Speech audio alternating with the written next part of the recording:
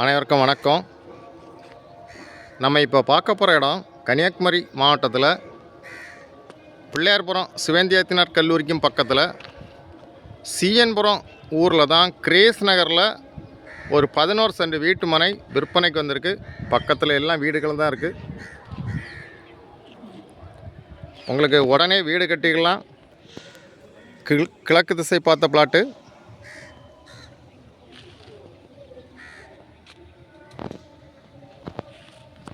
இதுதான் பிளாட்டு.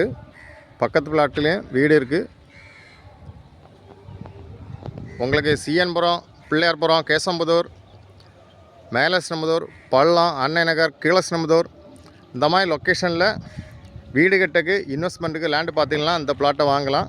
நல்ல ஸ்கொயரான பூமி. மொத்தம் 11 சென்ட். நல்ல செம்மணி ஏரியா.